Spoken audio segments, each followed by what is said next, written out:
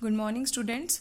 In the last video, we discussed about the tissue culture, and by that, our portion of asexual reproduction of this chapter is over. Now is the second part of the chapter, which is sexual reproduction. So, first of all, we need to understand what is the meaning of sexual reproduction. In this sexual reproduction, you will be learning about what is sexual reproduction, then what are the advantages of sexual reproduction over asexual reproduction. Then you will be learning about sexual reproduction in plants, then sexual reproduction in human beings, and at the last, reproductive health. So these are all the topics which we have to cover in this chapter. So sexual reproduction. In this video, you will be learning about what is the meaning of sexual reproduction. So the production of a new organism from two parents by making use of their sex cells or gametes is called sexual reproduction. तो new organism का produce होना bye parents किसकी help से? With the help of their sex cells और gametes. Gametes क्या होते हैं? देखो, एसेक्सुअल रिप्रोडक्शन जो ऑर्गेनिज्म करते हैं उसमें गैमीट का इन्वॉल्वमेंट नहीं होता. हमारी बॉडी में बहुत सारे सेल्स होते हैं, वो सारे नॉर्मल सेल्स होते हैं, लेकिन जो सेल्स स्पेसिफिकली सिर्फ रिप्रोडक्शन में हेल्प करें उन सेल्स को क्या कहा जाता है? या तो सिंपली सेक्स सेल्स कह सकते हैं या हम उनको गैमीट्स कह सकते हैं. सो गैमीट्स जो होते हैं ये सेक्सुअल रिप्रोडक्शन में हेल्प करते हैं. कैसे?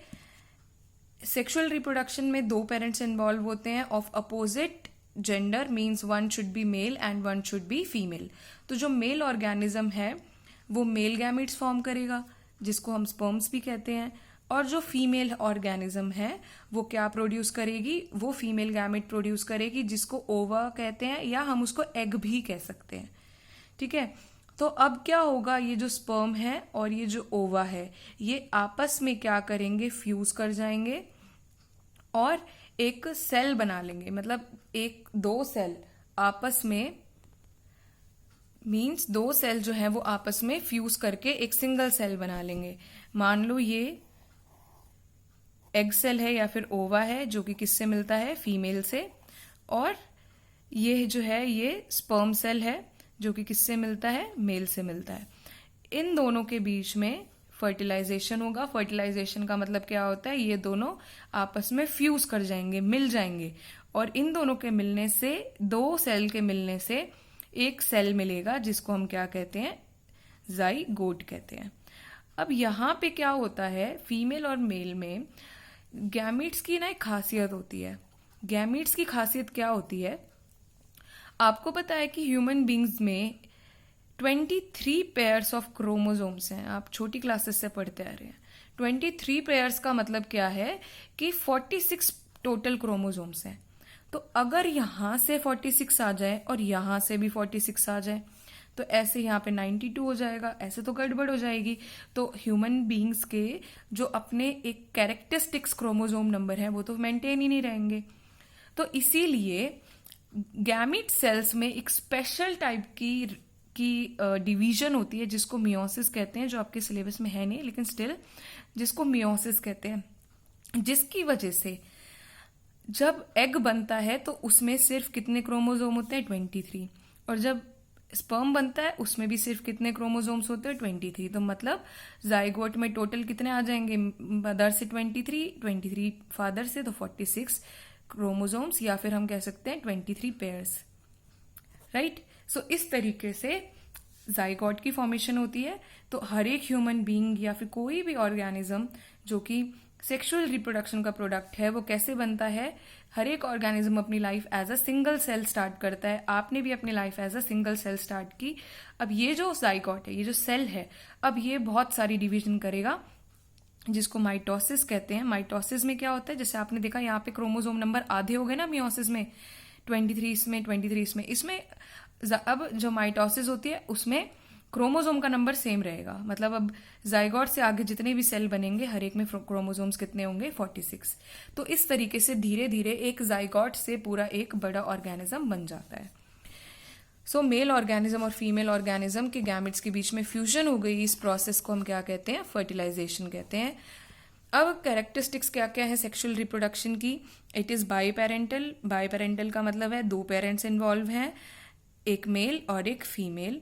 गैमीट्स फॉर्म होते हैं, गैमीट्स का होना ज़रूरी है सेक्सुअल रिप्रोडक्शन के लिए। एसेक्सुअल रिप्रोडक्शन में गैमीट्स की ज़रूरत नहीं होती, लेकिन सेक्सुअल रिप्रोडक्शन के लिए गैमेट्स की ज़रूरत होती है, क्योंकि यही फ्यूज़ होके क्या बनाते हैं, जाइगोट बनाते हैं, और जाइगोट आगे फर्दर इंडिविजुअल बनाता है। फिर gametes are produced by meiotic divisions which are haploid. तो अभी मैंने आपको मियोटिक डिवीजन बता दिया था। तो गैमीट्स जो है वो मियोटिक डिवीजन से बनते हैं, मतलब ऐसे डिवीजन जिससे सेक्स सेल्स के अंदर मीन्स गैमीट्स के अंदर क्रोमोसोम्स जो है वो हाफ हो जाए, और उसी को हम हेप्लॉइड कहते हैं। मीन्स अगर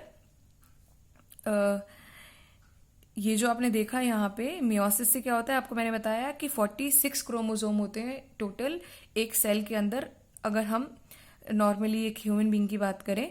लेकिन जो ह्यूमन बीइंग के गैमीट्स होते हैं, चाहे वो मेल हो चाहे वो फीमेल हो, उसमें सेल्स के अंदर डिवीजन होके, जिसको मियोसिस कहते हैं, क्रोमोसोम नंबर 23 हो जाते हैं, ताकि जब ये दोनों फ्यूज करें तो जो नया जाइगोट बना है वो 46 क्रोमोसोम पे ही रहे, क्योंकि अब ये ही 46 क्रोमोसोम उसके सारे सेल्स के अंदर प्रेजेंट होंगे। तो 23 होना हेप्लॉइड कहलाता है और 46 होना डिप्लॉइड। मान लो मैंने इसको n मान लिया तो ये 2n हो गया ना, तो ये हेप्लॉइड। तो गैमेट्स कैसे होते हैं, हेप्लॉइड, और जो जाइगोट होता है वो कैसा होता है, जाइगोट होता है diploid. So as a result of fertilization, a diploid zygote is formed. Zygote undergoes repeated mitotic division. Mitotic division का मतलब क्या है, एक सेल से बहुत सारे सेल्स बनते रहना, और इसमें क्रोमोसोम्स नंबर जो है वो मेंटेन रहते हैं to form daughter organism. Daughter organism, daughter word just ऐसे ही यूज किया जाता है, but that could be a male और a female. Now, daughter organism are genetically different from both parents but resemble in certain features. अब जो daughter organism है वो अपने मेल पेरेंट से भी रिजेंबल करेगी, कुछ वो फीमेल पेरेंट से भी करेगी, और हो सकता है उन दोनों कुछ फीचर्स ऐसे हों जो दोनों से ही मैच ना करें। तो यही एडवांटेज है सेक्सुअल रिप्रोडक्शन का। अगर आपसे ये क्वेश्चन पूछा जाए that among sexual reproduction and asexual reproduction which type of reproduction is more beneficial, so जो एडवांटेजियस होती है या बेनिफिशियल जो मोर रिप्रोडक्शन होती है that is sexual mode of reproduction. ऐसा क्यों?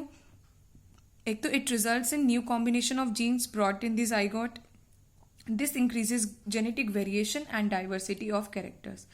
अब एसेक्सुअल रिप्रोडक्शन में खाली एक ऑर्गेनिज्म इन्वॉल्व होता है, तो वहां पे एक ही ऑर्गेनिज्म के, एक ही पेरेंट के जीन्स ट्रांसफर होते हैं, कोई नई चीज नहीं आती, वही सेम जीन्स ट्रांसफर होके और न्यू ऑर्गेनिज्म बनते रहते हैं। लेकिन यहाँ पे क्या होता है, 2 ऑर्गेनिज्म के जीन्स जो होते हैं, जेनेटिक मटेरियल जो है वो जाइगोट को मिलता है, वो डॉटर को मिलता है, डॉटर ऑर्गेनिज्म को या ऑफस्प्रिंग को, और जिसकी वजह से वेरिएशन आती है और कैरेक्टर्स में डाइवर्सिटी आती है, अलग अलग नए कैरेक्टर्स मिलते हैं। And variation favours evolution. Evolution क्या होता है, वक्त के साथ चेंजेस आना, एनवायरनमेंट में या किसी स्पीसीज में चेंजेस आना, तो एवोल्यूशन में हेल्प करता है और स्पीसीज की ओरिजिन में भी हेल्प करते हैं। क्योंकि अगर आप हायर क्लासेस आगे पढ़ते हैं तो आपको एक स्पेसिफिक टॉपिक मिलेगा स्पीसिएशन। तो स्पीसिएशन का मतलब क्या होता है कि कई बार ऐसे चेंजेस हो जाते हैं जिसकी वजह से सिर्फ जेनेटिक लेवल पे चेंजेस होने की वजह से नई स्पीसीज की फॉर्मेशन हो जाती है। So this was all about the sexual mode of reproduction, means the general account, the general introduction of sexual mode of reproduction.